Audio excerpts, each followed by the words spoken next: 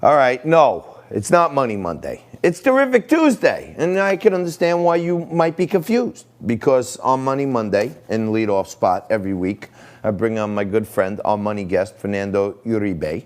And last week on Friday, I had to take off because I went to the Great Grace Foundation. They do great things for children with autism. It was in honor of my dear friend Rosario Irachi, his brother Anthony, who passed from COVID. And I had to be there. It was very important to me, and Grace Foundation is very important to our community. And I asked Fernando to fill in for me. He did an amazing job, and I want to thank you for that, Fernando. Thank you, man. Nico screwed you yesterday, and I'm thinking, wow, I asked the guy to fill in. He does an unbelievable job. And then his first day back on the job, Monday, Nico kicks him to Tuesday. You must be ticked off at this kid right now. No, not at all. Listen, John, it's a privilege to fill in for you. Thank you so much.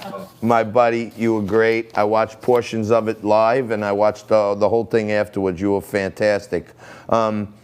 You'll be back next week in the leadoff spot on Money Monday. Great, okay? awesome. And thank you for joining us on a Terrific Tuesday. But apparently we're in, it's history repeats itself. Right about this time, 4 years ago, the left-wing media was telling us that Donald Trump has no path to victory. Hillary Clinton is leading everywhere. And now supposedly Biden leads by 14 points. What gives here, man? Sean, it's interesting. It's deja vu all over again, where the liberal media is being so complicit in being cheerleaders, essentially, for the Biden-Harris ticket. And I can just tell you this because I have some friends that live on the Midwest and also in Florida. They do some politicking. They also do some operative work. And I'll tell you something. What the liberal media is not reporting is sort of a very large, underground, and overtly very favorable view of the president in not just Florida, but in Ohio. And I have friends that live in Michigan and in Minnesota. Let me tell you, again, I get it that Democrats and liberal media are all giddy about the president not looking very strong, which he looked great walking out of Walter Reed yesterday. But listen, they can have their polls all they want. I think we already know what's going to happen. It might be a closer race than I think it will be. I was thinking of a sort of a landslide vote, but who knows, John? I still think the president squeaks this out by like 20 to 25 electoral votes. Yeah, I think, last week we had a press conference here with some attorneys who were suing the governor and the mayor to get kids back in schools, right? And they were nice enough, Councilman Joe Borelli let me say a few words, nice enough to let me speak. And I said, everyone keeps talking about the silent majority, and we know it's out there, but the silent majority needs to raise their voice one more level now and show everyone where they are.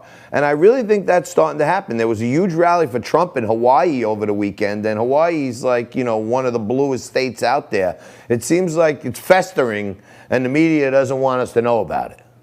I mean, John, look what happened this past weekend on Fifth Avenue, right in front of Trump Tower. There was, I'm not talking about thousands and thousands of people, but there was a good, vehicle type of parade along Fifth Avenue. And did you hear a peep from, Don Lemon on CNN or, all the other clowns on MSNBC? Of course not. It doesn't suit their narrative to promote the fact that even in New York and in New Jersey, there are people who are avidly supporting the president and not supporting leftist policies, socialism, and other parts of the Democratic Party that, quite frankly, are turning off people, John, black people, Hispanics, even suburban moms too.